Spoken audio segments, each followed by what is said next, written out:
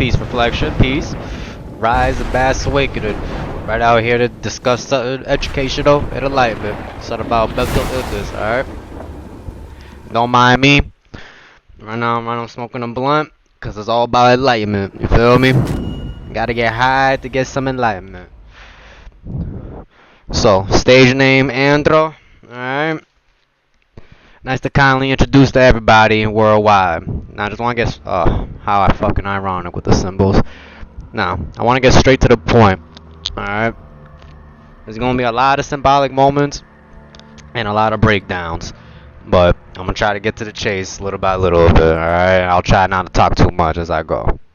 But it all breaks down between emotions, mental, physical, spiritual, okay? Keep that in mind about this shit.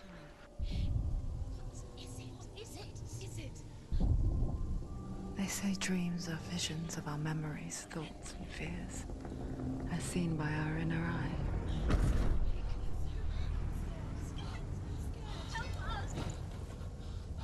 But what if each one of us is always dreaming, even when awake? And we only see what our inner eye creates for us. Is this what hell is? A world shaped by Senua's nightmares. Maybe that's why people fear seeing the world through her eyes. Yes, she's scared. Because if you believe that Senua's reality is twisted, you must accept that yours might be too.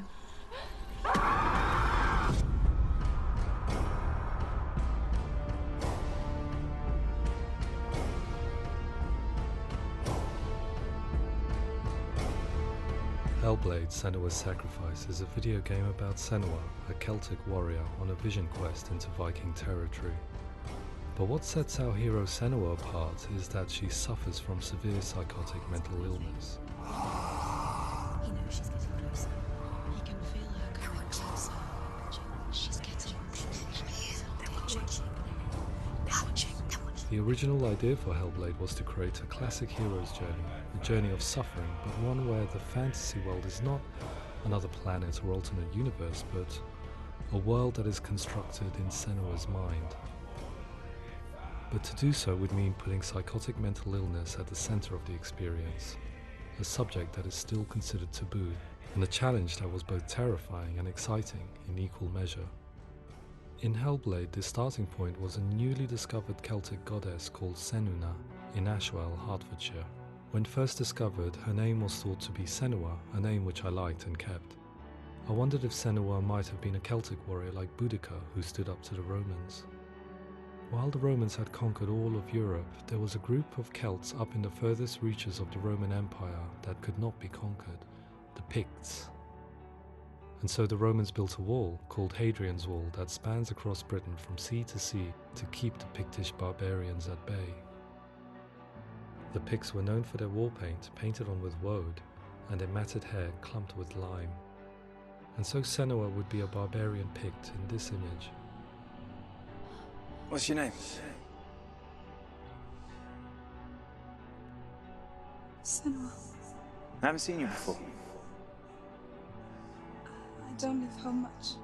Oh, Zeno's daughter. I have to go. Wait. Orkney is off the coast of Scotland and was inhabited by the Picts, steeped in history and mystery, and so I made Orkney Senua's home and set the stage for a crisis. In the late 8th century, the first Vikings landed on the Orkney Islands. The population of the Picts crashed thereafter, replaced by the Norsemen of the 9th century. Were they wiped out? We don't know for sure, but it would seem likely given the reputation of the Vikings. The Northmen's brutality is legendary. High-ranking leaders and chieftains of the tribes they conquered were often offered as sacrifice to their gods.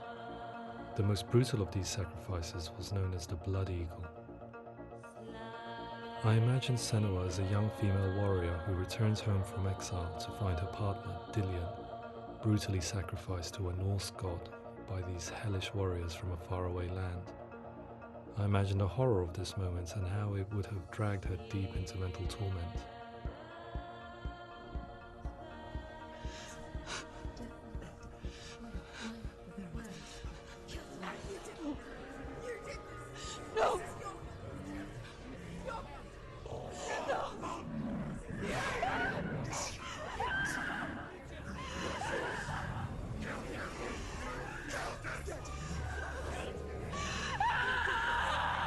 came to learn that the Celts had a sophisticated and nuanced perspective on the nature of mental disorder. One term they used was Gelt. A Gelt is a man or woman who has been driven mad by a curse, battle trauma, or grief. The Gelt would take to a life in the woods in search of penance, punishment, and purgation. And so Senua became a Gelt, cursed by darkness, looking for redemption in the wilds. Another word the Celts used in reference to mental disorders was truth, meaning fool, or liar, one who utters the words of God. They tell of the mad sinner who flees battle into exile and takes on a beastly nature, growing feathers on his body. The character called Truth in Hellblade is based on a little-known person called Findan, an 8th century Irish Celt who was captured and enslaved by the Vikings, but eventually escaped to Orkney where he became a monk. I will tell you my stories of hell, if I may walk with you. Upon meeting Senua, it would be his stories that fuel her quest deep into their world of gods. The Northmen say the world will come to an end. The sun will grow black, the earth will sink into the sea, the stars will disappear, fire and water will meet, flames will play against the sky, the heavens and earth and all the world will be burned, all the gods will be dead, and the warriors of Valhalla and people everywhere. Senua, prepare yourself for Ragnarok, for it is nigh. So the stage was set for a new adventure, a journey into the Norse underworld called Hell, a vision quest fueled by madness and myth, a fantasy that was created by Senua's own mind, and one that we would experience through her eyes. This is your mission. This is your quest. There is nothing else left. To make a game about a warrior with psychotic mental illness as its central theme was fraught with danger. Mental illness such as psychosis is still taboo and rarely acknowledged in a century of cinema, never mind the new medium of games. Where it does feature, it often conflates psychosis and psychopathy associated with a lack of empathy. It is unfortunate that these two words sound so similar that they are used interchangeably in media. I must admit that I didn't have to look very far to discover my own ignorance of the subject. So we reached out to Paul Fletcher, psychiatrist and professor of health neuroscience at University of Cambridge. Psychosis is a descriptive term, and it refers to having a loss of contact with objective reality. So it's characterized by two main sets of symptoms. One of them is hallucinations, where somebody experiences perceptions when there is no actual objective thing out there to perceive. You're already dead. Who are you? And the other is delusions, where somebody comes to very often bizarre, unpleasant, frightening beliefs when there's no good evidence in favor of them. There's no doubt about it. The source of the darkness is in Helheim. And the goddess Hela holds his soul there. We reached out to Welcome, a biomedical research charity that spends billions on research and awareness programs aimed at improving health. Mental health hasn't always been presented in the media in a way that is particularly helpful. It can be challenging to engage people with the subject matter, and there are a lot of preconceived ideas about mental health, and particularly schizophrenia and psychosis. So we hope our support allows the team to continue to collaborate with Paul Fletcher and with those who have experience of psychosis to create a game that provides a fresh perspective on the condition and allows audiences to engage with it in a way that just wouldn't be possible in any other medium. What started out as a brief consultation convinced me that we were only scratching the surface of an immensely deep and interesting subject that could enrich and change the very nature of the game. That's cool. Thanks so much for coming in. Pleasure. Thanks. It's really interesting for me, and I'd love to be involved. I think it's fascinating. Absolutely. Our understanding of psychosis is still very much a mystery, and ways of treating it are still primitive compared to physical illness. After all, it is easy to see the pain and suffering caused by physical diseases or physical trauma. It is not so easy to see the mental suffering and trauma of severe mental illness. But what if we could find a way to see it? Games are capable of drawing you in for hours on end, playing the role of a character who is different from you, experiencing their perspective, and actively involving you in a world that functions with a different set of rules.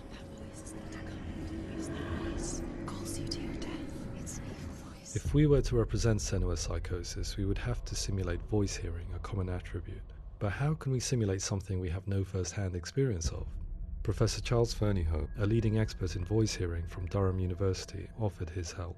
Hearing voices is an experience that is usually associated with severe mental illness, and crucially we know that hearing voices is a part of ordinary life for many people who don't meet the criteria for mental illness. Yeah. Oh, that's not him in real life. We know voices vary according to where they appear in space. Voices can appear far away in the distance, they can appear right there in your ear, they can seem to be coming from inside your head. Based on the information Professor Fernyhough provided, I put together a sound brief and invited some actors to the studio. We recorded the actors using a binaural microphone, which records the 3D spatial position of sound, replicating the way sound is heard by human ears. It gives you an incredible sense that the person you are listening to is right there beside you.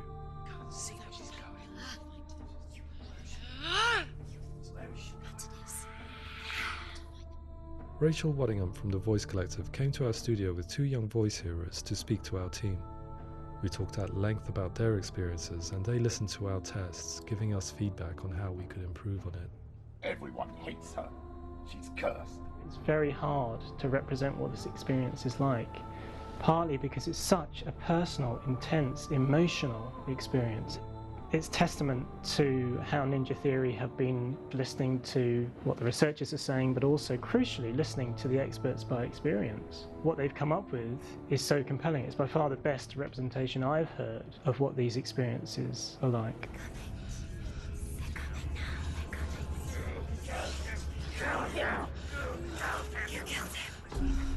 Other common attributes of psychosis are visions and flashbacks.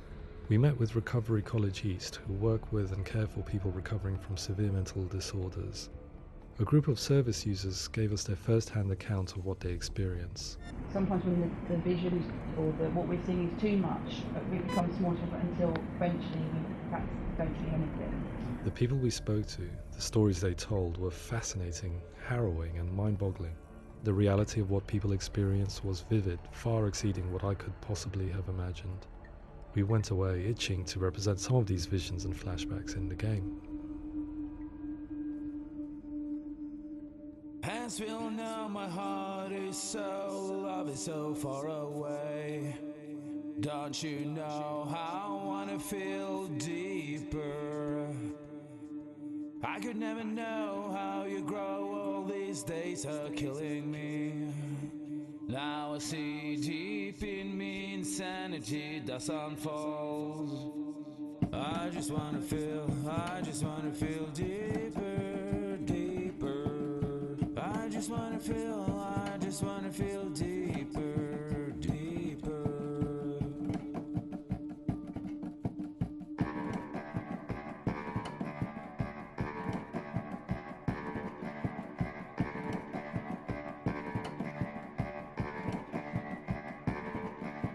As we all know, my heart is so, love is so far away. Don't you know how I wanna feel deeper? I could never know how you grow, all these days are killing me. Feel like this, read like this, I just wanna live, that's all. I just wanna feel deeper, deeper. I just wanna feel deeper, deeper.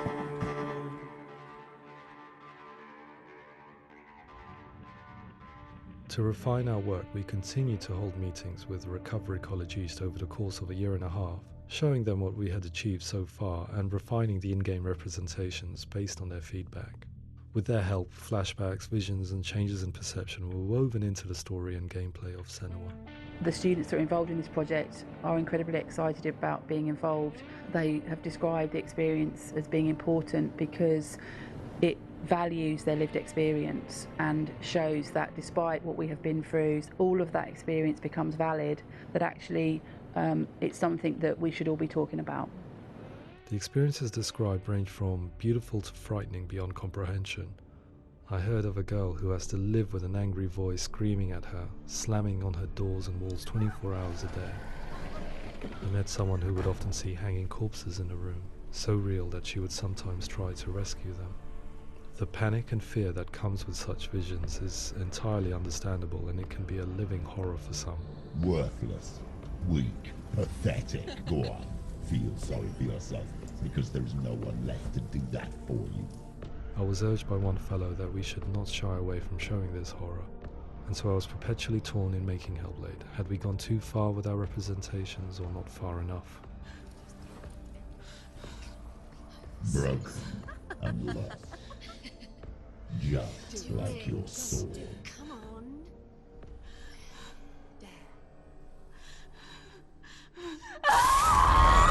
In some ways, voice hearing and visions were the low-hanging fruit, so to speak. There's another aspect of psychosis that is much harder to explain, but one that I think video games are uniquely able to represent, which are often called delusions. People begin to see patterns in the world. They begin to link things that most people wouldn't link. Most of the things that we might think would be coincidence or, not worth commenting on. Nevertheless, that might have a particular salience or importance for them. One individual described how everyday words, sounds, colours and objects were steeped in meaning to him, forming a strange and sinister puzzle that he was determined to solve but could not quite get to the bottom of. It's not just brain dysfunction. It's not like the system shut down. It's actually an incredibly creative process. The person creates a world populated with voices and phantasms and terrors, and they're completely immersed in it. They believe in it. We often invite people into the studio to play the game. In one of our playtests, they played through much of the game, making associations between runes, secret messages, and the threat of darkness that stalked them. There are many things that happen in the world of Hellblade that make perfect sense within the context of Senua's mind. The dark rot that's killing her slowly from within, the secret runes of the gods that block her path to Helheim, and strange associations that exist in the game to confuse you. To complete Senua's quest, you have to internalize and accept the logic and meaning behind these things to progress. Afterwards, they said that they didn't see much evidence of mental illness in the game. People with delusions of all sorts would argue the same thing, that they are not aware of their experience being abnormal in any way. I need this sword. It's important. Representing perception changes and thinking patterns within Hellblade gives us a set of symptoms common in psychosis. But people with lived experience were keen to emphasize another point, that it is wrong to define a person by their symptoms. Quite often, the illness comes not from the symptoms, but from the stigma, isolation and mistreatment that comes about from the rest of society. They say that I'm cursed. What if they're right? I needed someone to portray Senua, someone who could believably internalize her suffering.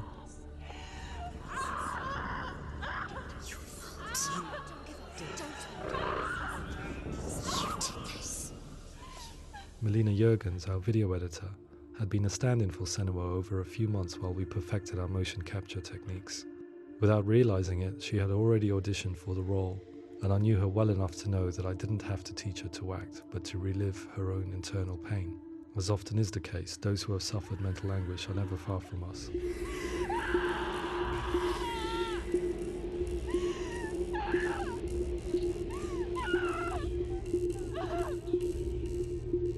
My hope is that by creating a compelling and aspirational character in Senua who feels very much real, albeit in a fantasy setting, we can provide a lens into her reality, a different one to yours, and this is where storytelling comes into play.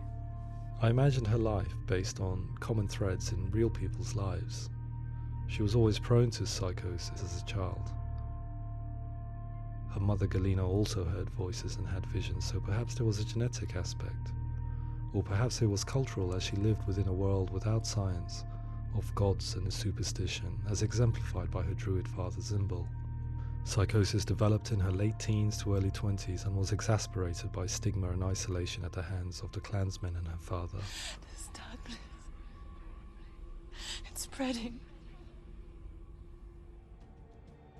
The trauma of seeing her lover Dillian sacrificed tips her over the edge, making her remodel her reality around a concept that connects everything: the darkness.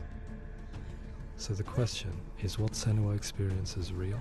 Can only be answered by saying, yes, it is real. It is her reality. All of her suffering will have been for nothing.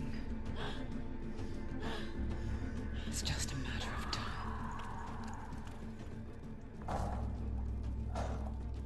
Towards the end of the project, service users and professionals that had collaborated with us were invited to see the near-final game. It was a chance to see if the game had reflected their views or if it had misrepresented them. For me, being involved in especially developing Senua's character has been really important, and being able to bring in my perspective and what I see and what I hear, and having that built into the game has been a real privilege. It's gritty and it's meaty, and there are some tough subjects in there that are being tackled with honesty.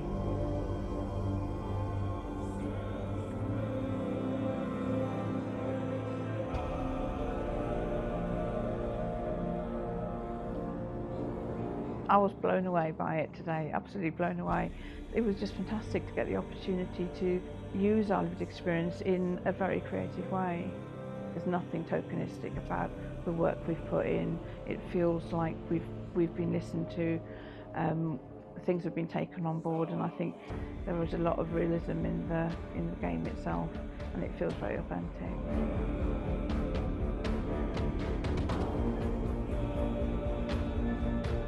Hellblade will give people a good experience of what it's like to hear voices and have those experiences. I'm glad that the guys at Ninja Theory kind of asked us to come along and help them build an experience that's positive when it comes out, and get myself a copy and have a go.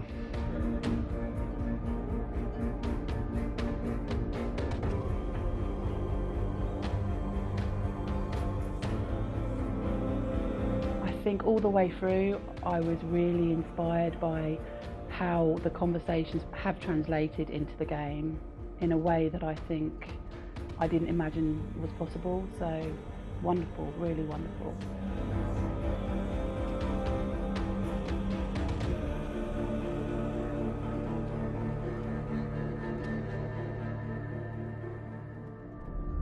I really hope that others will follow the lead they've set and use the power of something like a video game to change people's perceptions, to increase understanding, and ultimately to make some of the stigma around voice hearing and other experiences go away.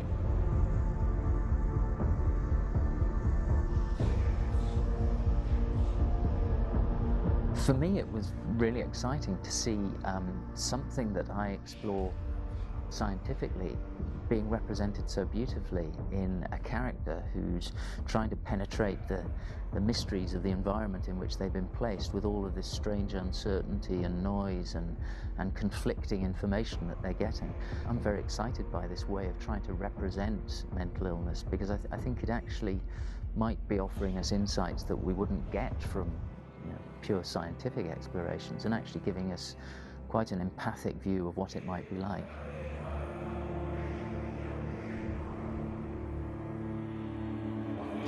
Mental illness has been with us for as long as we have been on this planet, but why? Why hasn't evolution stamped out this weakness from within our gene pool?